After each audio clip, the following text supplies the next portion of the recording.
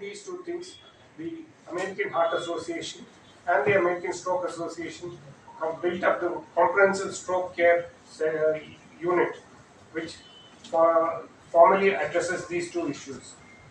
Based on their guidelines, which is very strict and very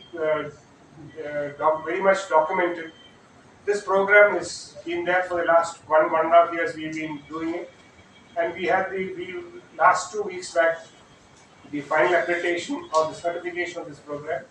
It was done on site virtually by a team from the US. They went through all the steps of the various parts of certification, and at the end of the program, they realized that Aster MIMS City is well documented and well functional in the comprehensive care of stroke and have given the certification.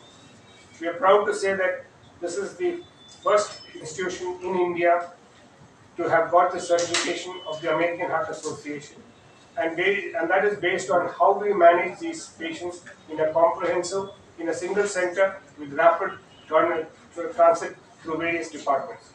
So these are a few words of introduction. I will hand over to the others to specifically talk about their role in it. നമസ്കാരം. Stroke അല്ലെങ്കിൽ പക്ഷാഘാതം എന്ന് പറയുന്ന അസുഖം അതിൻ്റെ രക്തക്കുഴലുള്ള ഒരു block കൊണ്ടോ അല്ലെങ്കിൽ രക്തക്കുഴൽ റപ്ചർ പൊട്ടിവെച്ചിട്ടുള്ള ബ്ലീഡിങ് കൊണ്ടോ ഈ രണ്ടവസ്ഥയിലാണ് വരുന്നത്. അല്ലെങ്കിൽ ബ്ലോക്ക് കൊണ്ടുള്ള രക്തക്കുഴൽ ബ്ലോക്കായിട്ട് വരുന്ന സ്ട്രോക്കാണ് ഏറ്റവും സാധാരണയായിട്ട് കാണുന്ന ഇസ്കീമിക് സ്ട്രോക്ക്. ഈ സ്ട്രോക്ക് ഈ ഒരു ആക്സിഡന്റ് സംഭവിക്കുന്ന പോലെ തന്നെ വളരെ പെട്ടെന്ന് വരുന്നുണ്ട്. അതിനെ സെറിബ്രോ വാസ്കുലർ ആക്സിഡന്റ് എന്നും വിളിക്കാം. അപ്പോൾ ഒരു ആക്റ്റീവ് സോഷ്യൽ ടൈപ്പ് അല്ലെങ്കിൽ ജോബ് ചെയ്തുകൊണ്ടിരിക്കുന്ന ഇൻഡിവിജ്വലിന് പെട്ടെന്ന് സ്ട്രോക്ക് വന്ന ഒരു ഭാഗം പാരലൈസ് ആകുന്നതോടുകൂടി ആ ഫാമിലിയും അയാളും ആ ഫാമിലിയും രക്തോട്ടം നിൽക്കുന്നു, രക്തക്കുഴൽ ബ്ലോക്ക് ആവുന്നു. അങ്ങനെയുള്ള ഒരു സിറ്റുവേഷനിൽ നമ്മുടെ നാട്ടിലുള്ള എല്ലാവർക്കും പറയാം പെട്ടെന്ന് ഹോസ്പിറ്റലിൽ എത്തിക്കണം.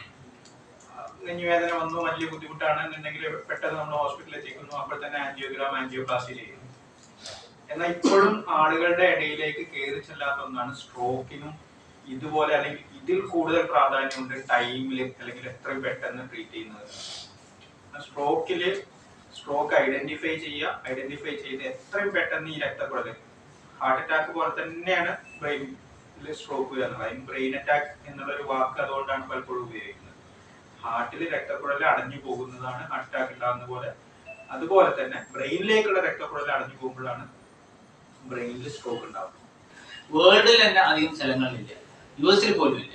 അപ്പോൾ അതിന്റെ ഒക്കെ ഒരു ഇത് പിന്നെ നമുക്ക് സമൂഹത്തിന് അത് തിരിച്ചു കൊടുക്കുക എന്നുള്ളതാണ്. നമ്മൾ ഇതിന്റെ ഒരു ഇമ്പോർട്ടൻസ് മനസ്സിലാക്കുക. Kozhikode medical college treatment available അല്ല, അതാണ് അതിന്റെ ഇമ്പോർട്ടൻസ്. നമ്മുടെ നാട്ടിലെ ഏറ്റവും കൂടുതൽ നമ്മുടെ ലോകത്ത് തന്നെ ഏറ്റവും ഡിസബിലിറ്റി ഉണ്ടാക്കുന്ന ഏറ്റവും അധികം ഡെത്തിലെ ലീഡിങ് സെക്കൻഡോ തേർഡോ ആയിട്ടുള്ള ഡിസീസാണ് സ്ട്രോക്ക്.